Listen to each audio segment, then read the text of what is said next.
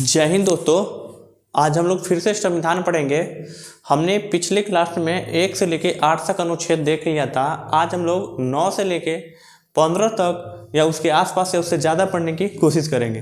तो चलिए 9 से लेके हम लोग 15 तक अनुच्छेद पढ़ते हैं। 9 से लेके 15 तक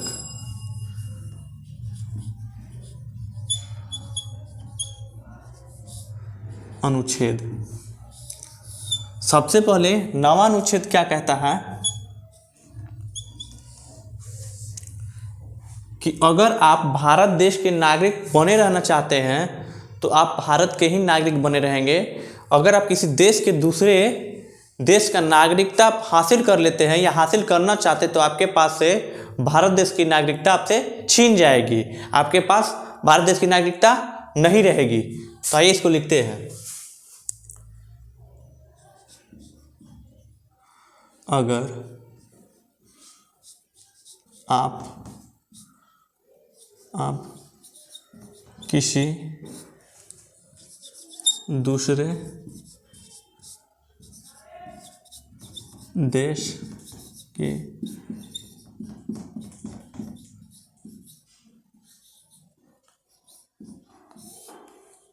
नागरिकता ग्रहण करते हैं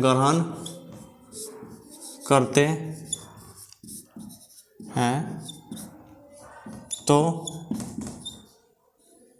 भारत देश की नागरिकता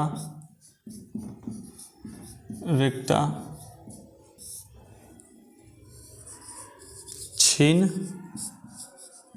जाएगी। मतलब अगर आप भारत देश के नागरिक बने रहना चाहते हैं तो किसी दूसरे देश की नागरिकता प्राप्त नहीं कर सकते हैं। अगर दूसरे देश की नागरिकता प्राप्त कर लेते हैं तो आपके यहाँ से आपका मतलब नागरिक का हक भारत में नहीं रहेगा, आप भारत के नागरिक नहीं रहोगे। जैसे कि कोई राम नाम का व्यक्ति है,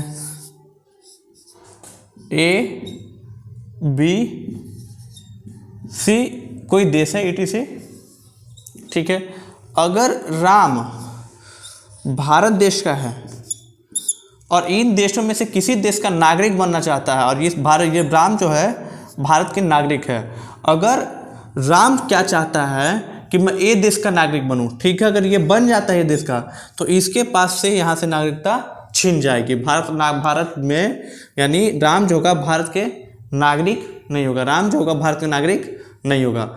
अगर B देश का भी प्राप्त करना चाहता है राम तो भी छीन जाएगा। कोई से भी देश का अगर राम चाहेगा कि हम नागरिक प्राप्त कर ले और भारत का भी नागरिक रहे तो ऐसा पॉसिबल नहीं है। नवा अनुच्छेद यही कहता है कि हमारे देश भारत का एकीकरण मतलब एक देश के ही हम नागरिक प्राप्त कर सकते हैं। मतलब जो कि अब भारत देश के नागरिक हो तो भारत देश के ही नागरिक बने रहोगे। अगर दूसरे देश के आप नागरिक बन जाते हो तो हमारा नागरिक आप नहीं रहोगे। जैसे कि हमारे एग्जाम्पल में अक्षय कुमार है। अक्षय कुमार कनाडा के नागरिकता प्राप्त कर चुके हैं, भारतीय नागरिक नहीं है, ठीक है। आइए इसको साफ करके 10वां अनुच्छेद पढ़ते हैं।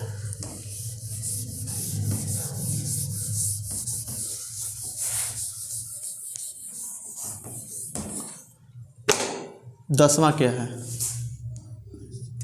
10वां अनुच्छेद यह कहता है कि अगर आप कोई भी देश विरुद्ध काम नहीं करते हो, यानी देश के विरुद्ध में जाके काम नहीं करते हो, मतलब देशद्रोह वाला काम नहीं करते हो, तब तक आपकी नागरिकता कोई नहीं छीनेगी। अगर आप देशद्रोह वाला काम करते हो तो आपकी नागरिकता छीन जाएगी। तो देखिए इसको मैं लिखता हूं, कोई भी देश विरोधी कार्य नहीं करना, विरोधी कार्य नहीं करना, ठीक है।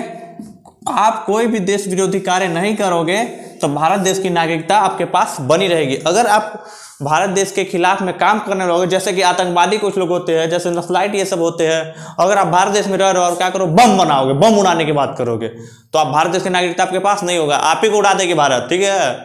ऐसा कभी सोचिएगा हिम्मत नहीं कि हम भारत को उड़ा देंगे, भारत आपको उड़ा देगा, ठीक है। 11वां क्या होता है वो मैं भी आपको अगले पेज पे बता रहा हूँ।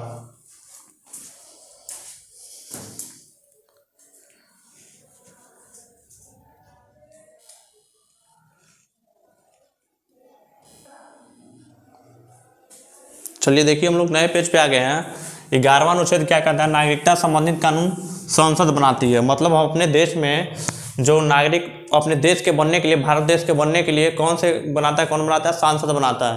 यानी सांसद पार्लियामेंट में पास होगा, संसद लोग बनाएंगे, ठीक है, 2/3 बहुमत के साथ। तो 11वां, अगर आपको नागरिक बनना है तो क्या क्या चीज़ों का जरूरत होना चाहिए? आपके पास भारत देश के नागरिक बनने के लिए 5 ऑप्शन होता है। कितने ऑप्शन होता है? 5। पहला, आपका वंश जो होता है, वंश आपका भारत का होना चाहिए। क्या होना चाहिए? वंश। यानी आपके मम्मी पापा जो होंगे वो किस देश के होने चाहिए? भारत के होने चाहिए। या आपके दादाजी होने चाहिए, या मम्मी पापा में से दोनों में से एक को क्या होना चाहिए?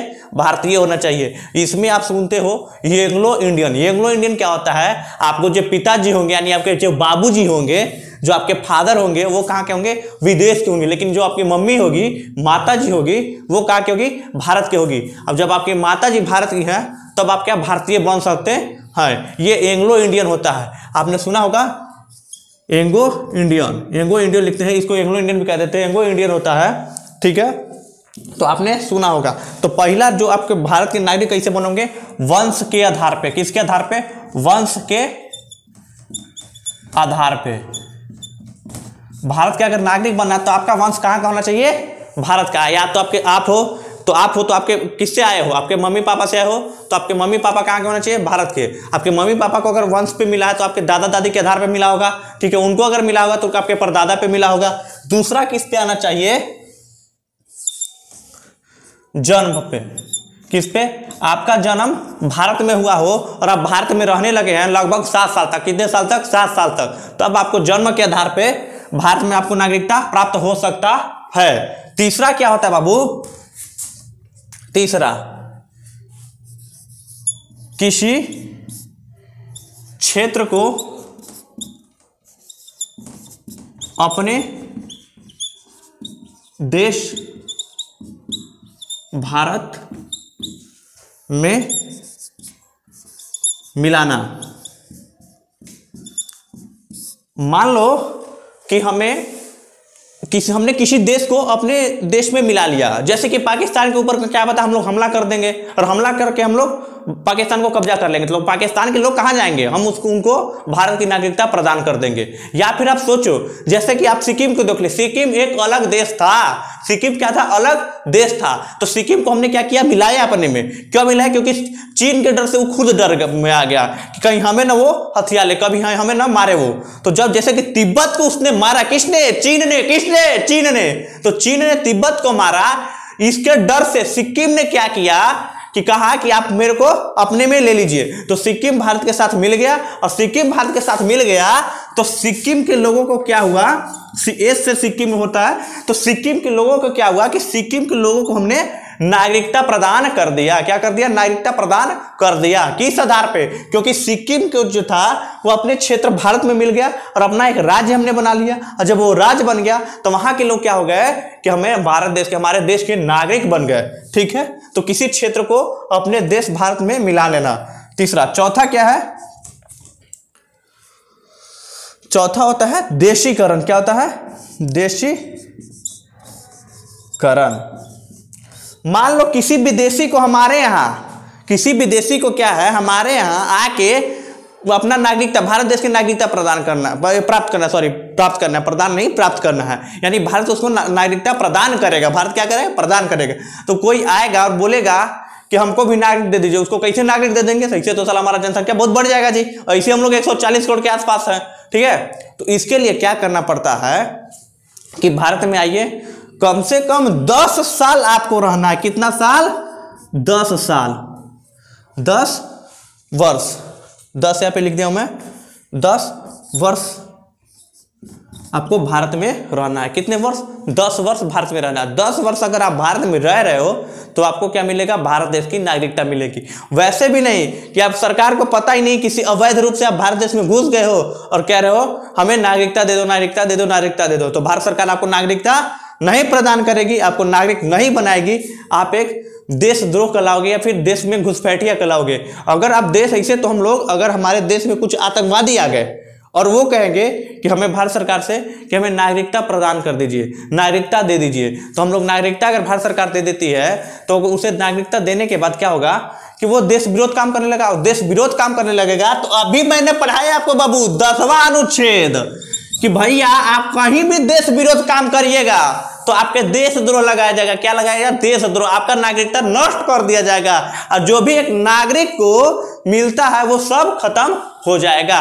तो ये चौथा किस पे मिलेगा आपको? नागरिक बनोगे देशीकरण पे। देशीकरण क्या होता है? भारत देश में 10 वर्ष रहना, भारत देश में 10 वर्ष रहना है सरकार के नजर में, सरकार के नजर में हर वर्ष उसको हर वर्ष में 2 बार या 1 बार अटेंडेंस जाके जगाना है कि हम आपके देश में हैं। आप देश में रहिए, घूमिए, देखिए, तब आपको भारत की सरकार आपको नागरिकता प्रदान करेगी। ठीक है। 5वां क्या है? पंजीकरण। 5वां क्या है? पंजीकरण। पंजीकरण 7 साल। ठीक है। जैसे कि कोई भी आदमी अगर नागरिक बनता है तो कैसे बनता है? पंजीकरण से बनता है। किससे? पंजीकरण से उसका पंजीकृत होता है। अगर मैं बना हूं नागरिक तो हमारे पास क्या होगा? स्कूल में सर्टिफिकेट होगा, हमारा सब कुछ होगा। तो मैं सरकार को दिखाऊंगा मैं भारत देश का हूं, भारत देश में रह रहा हूं। वैसे तो मेरा किससे भी बन जाएगा? वंश से बन जाएगा, क्योंकि मेरे मम्मी पापा सब यहीं के हैं, आपके भी मम्मी पापा सब यहीं के होंगे। तो आपको भारत देश की नागरिकता प्रदान हो जाएगी। क्या होगी? प्रदान हो जाएगी। ठीक है। तो नागरिकता कानून इसी से होता है। 5वां में नागरिकता आपने पढ़ा। चलिए हम अनुच्छेद 12 को देखेंगे अगले पेज पे। ठीक है। तब तक इसको मैं साफ करता हूं। तो चलिए अब हम लोग अगले पेज पे आ गए हैं। यहां से हम लोग क्या करेंगे? मौलिक अधिकार यानी मूल अधिकार शुरू करते हैं। ठीक है। तो मूल अधिकार के बिना हमारा इस संविधान या इस देश में या किसी देश में रहना संभव नहीं होता, थोड़ा दुर्लभ हो जाता है। ठीक है। अगर आपको संविधान शक्ति देती है तो उसे आपको फायदा होता है। तो मूल अधिकार या मौलिक अधिकार में हमें शक्ति बहुत ज्यादा मिला है। अगर आपके मौलिक अधिकार को कोई भी नष्ट करता है तो आप सीधा सुप्रीम कोर्ट जाइएगा, डिस्ट्रिक्ट कोर्ट कहीं नहीं जाना है, और सीधा वो सुप्रीम कोर्ट आपका सुनेगा, या फिर आप हाई कोर्ट भी जा सकते हो। पहले मौलिक अधिकार जो थे 7 थे। कितने थे? 7। अभी कितने हैं? 6 हैं। कितने हैं? 6। एक मौलिक अधिकार को हटा दिया गया है, वो संपत्ति के अधिकार था। अब वो मैं पढ़ाऊंगा आपको किसी दूसरे दिन, क्योंकि उस पर अगर मैं चर्चा करना शुरू कर दिया तो कम से कम 20 से 25 या 30 आधा घंटा हो जाएगा। ये मिनिमम है। अगर विशेष यूपीएससी की तरह अगर आप चर्चा करोगे तो आपको कम से कम आधा घंटा, 45 मिनट, 1 घंटा के आसपास समय ले लेगा। तो चलिए हम लोग मूल अधिकार शुरू करते हैं। क्या करते हैं? मूल अधिकार शुरू करते हैं, जो 12वां अनुच्छेद से शुरू है। मूल अधिकार। ठीक है। मूल अधिकार 12वां मूल क्या है? 12वां में मूल अधिकार का परिभाषा। क्या? मूल अधिकार का परिभाषा। 13वां क्या कहता है कि मूल आपके जो मौलिक अधिकार है या मौलिक अधिकार या मूल अधिकार है उससे किसी दूसरे को प्रभावित नहीं हो सकता है, नहीं करना चाहिए। मान लीजिए कि हमें मौलिक अधिकार है, बोलने का अधिकार, तब किसी को गरिया के चलाएंगे, गरिया देंगे, फलाना साला वैसा है वैसा है, सब उसको गाली देंगे, ऐसे बोलेंगे साला कुत्ता कमीना, ये सब बोलेंगे। कई और विशिष्ट प्रकार की गालियां होती हैं, तो ऐसा तो नहीं होंगे। तो उसका क्या होगा? उसका इमेज डाउन होगा। जब इमेज डाउन होगा तो आपके पास वो केस भी करेगा, केस करेगा कि भैया इसने तुम्हारा इमेज डाउन किया है, और सरकार केस लेगी आपके ऊपर। तो आप किसी के वो क्या बोलते हैं, किसी के इज्जत पे सवाल नहीं उठाइएगा। ठीक है। अब अगर आप देख रहे हैं कि मूल अधिकार आपने मिला है, आपको स्वतंत्रता बोलने का अधिकार है, भाई खूब बोलिए, तो प्रधानमंत्री के घर याद दीजिएगा, राष्ट्रपति के सामने घर याद दीजिएगा, तो ऐसा तो नहीं होगा ना। ऐसा करिएगा आप तो आपका मौलिक अधिकार छीन लिया जाएगा, और छीन के आपको जेल में डाल दिया जाएगा। ठीक है। तो ये 13वां में होता है। ठीक है। कि मूल अधिकार, मौलिक अधिकार को किसी दूसरे के मौलिक अधिकार को किसी दूसरे पर अपने मौलिक अधिकार का दुरुपयोग न करना। अपने मौलिक अधिकार का दुरुपयोग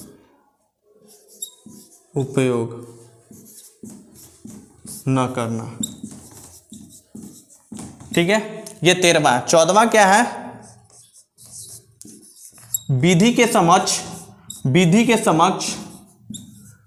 समक्ष समानता, मतलब सबके नजर में मतलब सरकार के नजर में सब एक समान है, चाहे कोई भी हो सरकार के नजर में एक समान है। ठीक है, हम लोग 14वां पे आ गए हैं, इतना तक आपने देख लिया है, मैं आप सबको समझाया हूं। चलिए 15वां पे, और ये अंतिम होगा आपका आज का अनुच्छेद। ठीक है, फिर मैं अगले क्लास में आपको बताऊंगा, मैं आपको 395 तक लेके जाऊंगा, आपके सारे हकों का बताऊंगा। खासकर ये सब मौलिक अधिकार आपको याद होना चाहिए। जो 6ठी से 10वीं तक बच्चे हैं उनको तो मौलिक अधिकार प्रॉपर याद होना चाहिए, और 12वीं के बच्चे को तो कम से कम 125 तक उनको मौलिक अधिकार 125 तक अनुच्छेद याद होना चाहिए। ठीक है, तो आइए हम लोग 15वां देखते हैं कि 15वां में क्या है। समानता का अधिकार, समानता का अधिकार। भैया अभी आपने देखा कि विधि के सामान्य मतलब विधि के समक्ष मतलब सरकार के सामने, सरकार के सामने क्या होता है कि हम कहते हैं कि एक समान, क्या होता है एक समान, हम सबको देखेंगे। सरकार क्या कहती है कि हम लोग सब, जो हम लोग हैं, जो सरकार है, क्या सरकार जो है वो क्या कहेगी कि हम लोग समक्ष हैं। समक्ष मतलब सबके लिए हम एक समान काम करेंगे, एक समान कर्म करेंगे, एक समान दृष्टि से देखेंगे। अब ये नहीं कि किसी के साथ भेदभाव कर दे। और ये जो क्या है 15वां क्या करता है, समानता। तो समानता में इसमें क्या आता है, कोई भी जाति का होगा, कोई भी धर्म का होगा, उसके साथ भेदभाव नहीं करना है। जाति, धर्म, लिंग यानी कोई मान लो कि हम ब्राह्मण जाति के हैं, तो ब्राह्मण है तो क्या किसी के दूसरे ऊपर हम कर देंगे, क्या बोलेंगे, उसको मारेंगे, पीटेंगे, जलाएंगे? नहीं। अगर ऐसा आप करते हैं तो आपका मौलिक अधिकार छीन कर लपड़ियाया जाएगा, जुतवासा जाएगा, थपड़ियाया जाएगा। समझ रहे हो ना आप? आपका मौलिक अधिकार छीन लिया जाएगा, आपके पास नागरिकता भी छीना जा सकता है। मान लो आप बाहुबली आदमी हो, बोले अरे तो ऐसा नहीं होगा। आप क्या करोगे, धर्म, मान लो कोई भी धर्म अल्प हो, क्या हो, अल्प मतलब क्या होता है, कम। क्या होता है, कम मतलब कम मात्रा में। मतलब कोई मान लो कि ईसाई हो, सिख हो, मुसलमान हो, हिंदू हो, तो कई क्षेत्र में हिंदू कम है, कई क्षेत्र में मुस्लिम कम है, कई क्षेत्र में ईसाई कम है, कई क्षेत्र में क्रिश्चियन कम है, तो इनको हम लोग दबा देंगे, या कोई भी जाति या धर्म क्या कर दबाएगा। तो अगर इसको दबाते हो आप, तो उसमें क्या आती है, सुप्रीम कोर्ट। भैया आओ तुम मेरे सामने, बुलाती है सुप्रीम कोर्ट। अब बुलाती है, प्यार से एकदम लतियाती है। क्या करती, प्यार से एकदम लतियाएगी, आपको पता भी नहीं चलेगा। ठीक है, लिंग। अब मान लो कि लिंग में साथ भेदभाव कैसे होता है। अभी मैं आपको एक बताता हूं चीज। जब केरल में कोई चीज होता था तो स्तन पे टैक्स दिया जाता था। क्या होता था, स्तन पे टैक्स देना है। जो बड़े वर्ग के लोग थे वो क्या कहते थे छोटे वर्ग की महिलाओं को कि आपके स्तन पे टैक्स लिया जाएगा। और उस स्तन के टैक्स के विरोध में क्या किया गया कि वो महिला अपना एक बार प्राण दे दी थी। टैक्स मांगने के लिए आया गया, वो अपने स्तन को ढक ली। तो स्तन को क्या था कि वहां पे स्तन जो छोटे वर्ग की महिलाएं थी उनको ढककर नहीं रखने का अधिकार था। मतलब उनको जो वहाँ की सरकार थी, वहाँ के जो राजा थे, वो कहते थे कि आपको स्तन नहीं ढकना है, आपकी आकृति के ऊपर टैक्स देना पड़ेगा, आपके जितने बड़ा स्तन होगा उतना टैक्स आपको देना पड़ेगा। तो ये तो बहुत दुर्व्यवहार वाली बात थी। ठीक है, तो ये चीज को छोड़ने के लिए, मिटाने के लिए हमारे पास क्या कहेगा, लिंग, ये सब लिंग, जाति, धर्म समानता के अधिकार आया, सरकार ने लाई और इसे मिटाई। ये सब हमने दुरुपयोग किया। जो पुरुष, जब हम कहते हैं पुरुष प्रधान देश, तो ये पुरुष प्रधान देश नहीं होना चाहिए। किसी भी देश या किसी भी घर में सबको एक समान दृष्टि से देखा जाना चाहिए। जैसे कि हमारा देश भारत है, तो भारत क्या कहता है कि समानता का अधिकार। आप कोई भी जाति के हो, कोई भी धर्म के हो, कोई भी लिंग के हो, आपको कोई से कोई मतलब नहीं सरकार को, आपको पूर्णतः सबको समान अधिकार मिलेगा। आप कोई से लिंग, जाति, धर्म कोई से भी हो, सबको सरकार एक समान देखती है। ठीक है, फिर मिलूंगा मैं आपसे अगले वीडियो में। तब तक के लिए जय हिंद।